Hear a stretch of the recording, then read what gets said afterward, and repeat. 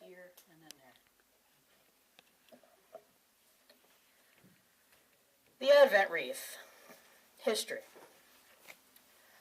No one knows for sure, but it is a good guess that the Advent wreath had its beginning in the pagan fire wheel. The closed circle wheel, or wreath, is symbolic of eternity and was used by the Christians to symbolize the everlasting flow of time or a world without end. The use of an Advent wreath originated a few hundred years ago among Lutherans in Germany. Made of evergreens, it is either suspended from the ceiling or placed on a table. Fastened to the wreath are holders for 4 candles representing the 4 weeks of Advent. On the first Sunday of Advent, 1 candle is lighted and allowed to burn during a ceremony of readings, prayers, and songs. On each succeeding Sunday, an additional candle is lighted at the beginning of the service until the 4th Sunday, when all are set aglow. On that day, some families light a large candle in the center of the wreath to symbolize Christ, the light of the world. The Advent wreath is made from greens because they symbolize life. 4 candles are said to represent to some 4,000 years of waiting for the birth of a Christ. A purple ribbon is used to decorate the wreath. The coming of Jesus was to Christians the coming of their king, thus the royal color of purple. Since Jesus was hailed as the light of the world, lighted candles are most appropriate.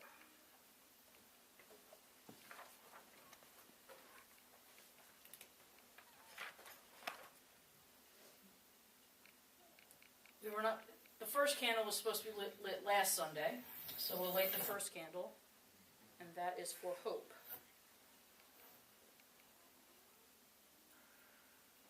The candle we light this Sunday is for love.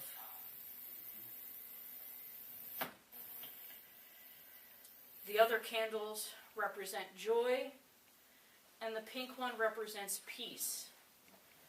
I originally had the white one in the middle here, but we use it for our chalice, and you're not supposed to light that candle until after all 4 weeks of Advent have passed, so I didn't think it was appropriate to have it in the middle of our wreath. But there normally is a white candle in the middle of the wreath.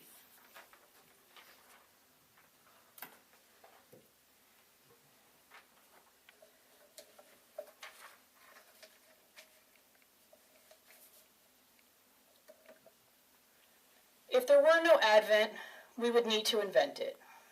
We human creatures, in spite of all things that have happened to us and been done by us, are still hopeful. Something new, something vital, something promising is always coming, and we are always expecting. Thus, in Advent, candles are lighted to mark the time of preparation, and with each new light, our anticipation grows, as it should. We are, after all, a hopeful people, and that hopefulness deserves a festival. Advent is a time of anticipation, and as long as we expect, as long as we hope, someone will light a candle against the prevailing darkness, and neither the winds of hate nor the gales of evil will distinguish it. Anticipation. This is the season that epitomizes all that word can conjure. People are rushing about, putting up decorations, shopping for the perfect presents, planning holiday meals, and doing all the chores that would give them the perfect Hallmark Christmas.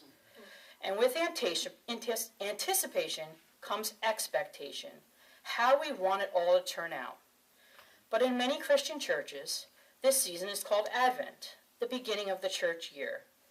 Advent is celebrated for the 4 weeks prior to Christmas. That makes today the 2nd Sunday of Advent.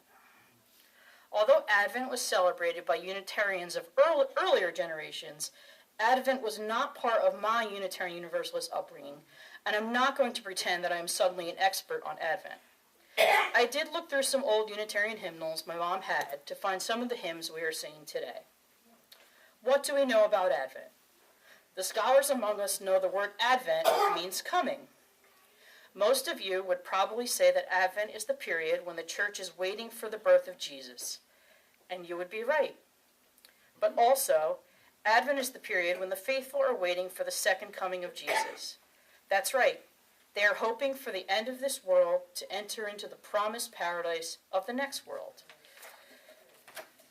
This is the promise received from Jesus, illustrated in the reading from Mark chapter 13, verses 21 through 27. At that time, someone may say to you, "Look, here is the Christ," or "Look, there he is." Do not believe it. False Christs and false prophets will appear. They will do signs and miracles.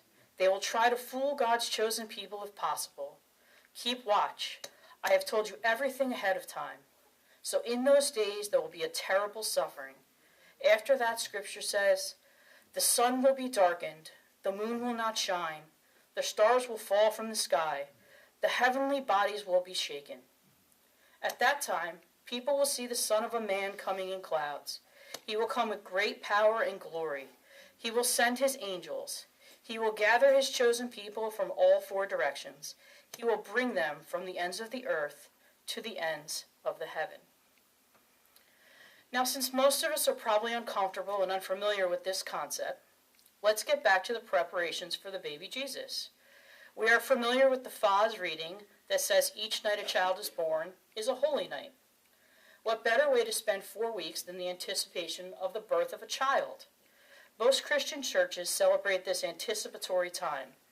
The focus is on preparation of their lives for the future, not just the expected gluttony of that one day in the future. Do they not decorate the church for Christmas? They do not decorate the church for Christmas until after the conclusion of Advent. The church year is staged, with each time period getting its own attention. This reminds me somewhat of how we have done things in my family for years. Because my mother didn't want my sister and me to start getting excited about Christmas before Halloween, we staged our holidays, and I still follow this to this day. Our order went something like this.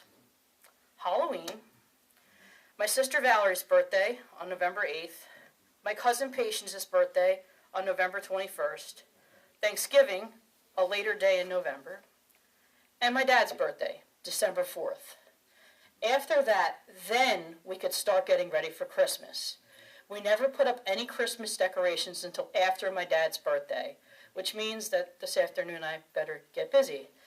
Of course, it is hard to keep focused on each event as it happens, enjoying one thing at a time, when the stores are putting up decorations at Labor Day, playing Christmas music by Halloween, and having Christmas shopping commercials on TV right after Election Day. But back to the beginning of this sermon, when I talked about trying to create the perfect Hallmark Christmas. We've all seen the commercials with the well-dressed families. The children have beautiful clothes, lace collars and velvet jumpers, or red and green plaid bow ties with white shirts and suits. The adults have oh-so-elegant clothing too, and everyone loves every present they receive. Of course, there is always a diamond from the handsome man to the gorgeous woman. And don't forget the dinner, the perfect dinner on the perfect table, and no one ever spills the gravy or the glass of red wine on the perfect tablecloth. Now, I'd like to be able to tell you that my family could be filmed for these commercials. However, I would be lying, and I don't think it's a good idea to lie at any time, no less in church. The truth is that we are more likely to be just dressed in our jeans and sweatshirts, and my mother's sweatshirt is likely to have something drip down the front. The first person that spills something on the tablecloth lets everyone else know that they've done so that no one else will feel bad when they spill on the tablecloth too. As for the presents, as my sister and I have gotten older, a new rule was instituted. No one can open up a package and go, "Ugh, why did you think I would like this? I'm taking it back." My sister and I have been taught that the better thing to say is, "Nice idea that I would like a chartreuse sweater with a purple stripes. However, I think I would prefer a navy blue turtleneck. Why don't we go to the store together to exchange this?"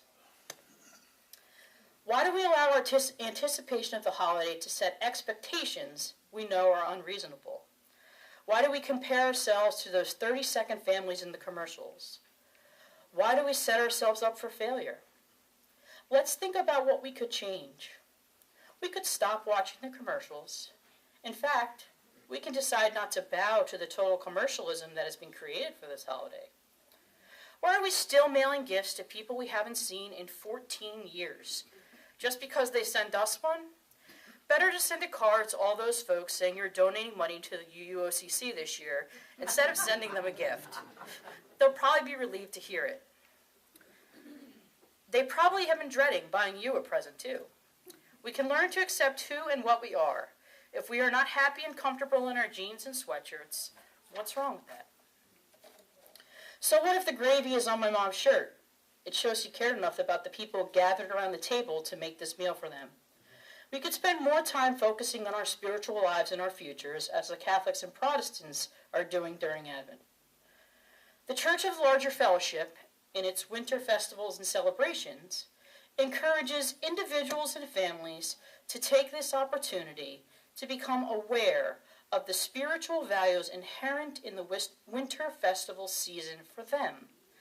During this season, they can become acquainted with the many Christmas legends, customs, and traditions of our heritage, and discovers those which are particularly meaningful to them, and possibly create new family traditions.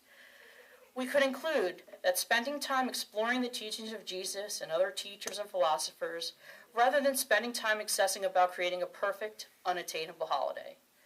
We could be kinder to ourselves. We can finally realize that we are wonderful people doing wonderful things for others and for ourselves. We could keep the wonder of anticipation, but rid ourselves of unreasonable expectations. We could remember that this time is not a countdown to Christmas, but a time when we light more candles to chase away the increasing darkness. And behold, just at the point of greatest darkness, the hope arrives. Blessed be.